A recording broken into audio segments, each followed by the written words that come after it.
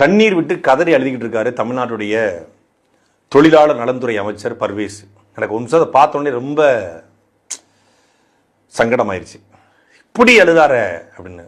அப்புறம் ஒரு அரை மணி நேரத்தில் திருப்பி ஒரு இன்ஸ்டாகிராமை திறந்தா அங்க கரூர் மதிவேந்தன் எழுதிக்கிட்டு இருக்காரு. அந்த பக்கம் பார்த்தா அமைச்சர் மதுவிலக்குத்துறை ஆயத்துறை அமைச்சர் விக்னேஷ் ஒரு பக்கம் எழுதிட்டு இருக்காரு. இந்த பக்கம் மதுரை எம்எல்ஏ ஒருத்தர் கண்ணீர் விட்டு கதறி அழுதுகிட்டு இருக்காரு. இப்படி தமிழ்நாடு முழுக்க எம்எல்ஏக்களும் அமைச்சர்களும் அழுததை பார்த்தோன்னே எனக்கு ரொம்ப மனசே நெகிழ்ந்துருச்சு. ஆனால் ஒரு கேள்வி வந்துச்சு. கரூர்ல 41 பேர் துள்ள துடிக்க இறந்தாங்க, மூச்சு இறைச்சி இறந்து போனாங்க, நெஞ்சில மிதிச்சு இறந்து போனாங்க, மாரடைப்பு வந்து இறந்து போனாங்க, 4 வயது குழந்தையினுடைய வயிறு கிழிஞ்சி குடல் வந்து இறந்து போச்சு, 5 வயசு குழந்தையுடைய கண்ணு முழுங்கி பிதுங்கி வெளியே போச்சு, வாய் பேச முடியாத தாயுடைய 2.5 வயது பையன், அழகான பையன், 2.5 வயது பையன் நசுங்கிய அந்த பையன், என் பையன் முகம் உடஞ்சு போச்சுங்க, என் பையன் முகம் உடஞ்சு போச்சு, காலு, சின்ன பிள்ளை கால் 2 வயசு பிள்ளை எப்படி இருக்கும், அந்த 2.5 வயசு பிள்ளையோட காலு பிஞ்சு போச்சுன்னு அந்த அப்பா அழுதான்.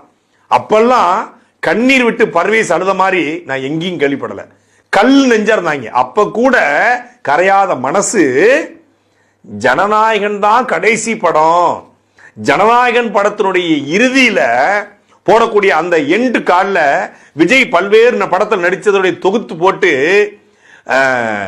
இனிமேல் வந்து நான் வரமாட்டேன் அப்படின்னு சொல்லிட்டு அவர் ஒரு ஏதோ ஒரு படத்துல பேசியிருக்காரு. அதை பார்த்த உடனே கண்ணீர் பொத்துட்டு வந்துச்சான். இதுக்கு பேர் கண்ணீர் இல்லடா, எச்சில்.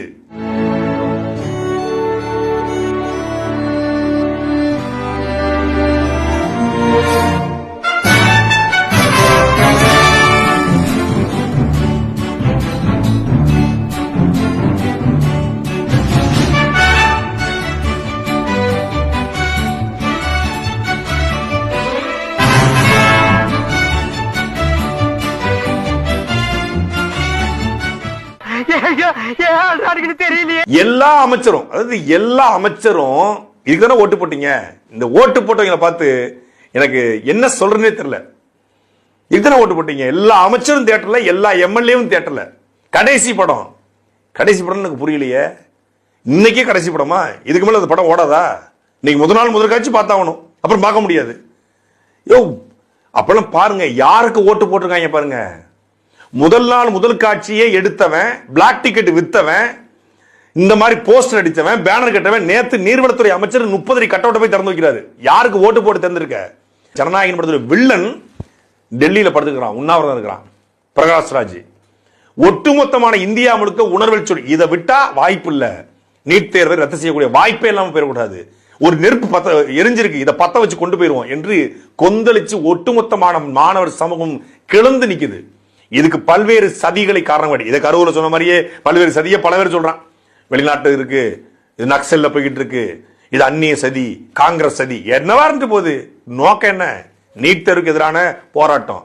நீட்ல முறைகேடு நினைச்சுக்கிறது பிரச்சனை இல்லை, நீட்டே முறைகேடு, அதான் பிரச்சனைங்க. நீட்ல மட்டுமே முறைகேடு, நீட்டே முறைகேடு. அந்த முழக்கத்தை நோக்கி இந்த போராட்டம் போகுது. இந்த போராட்டத்துடைய வீரியத்தை உணர்ந்து கொண்டு போராட வேண்டிய இளைய தலைமுறையை இந்த படம் வந்து படம் பார்க்கணும் இல்லை, இவனும் பார்த்துட்டு போ. ஆனா ஒட்டுமொத்த அமைச்சரும் உட்கார்ந்து என்ன பண்ண, என்ன சொல்ல வர்றீங்க நீங்க?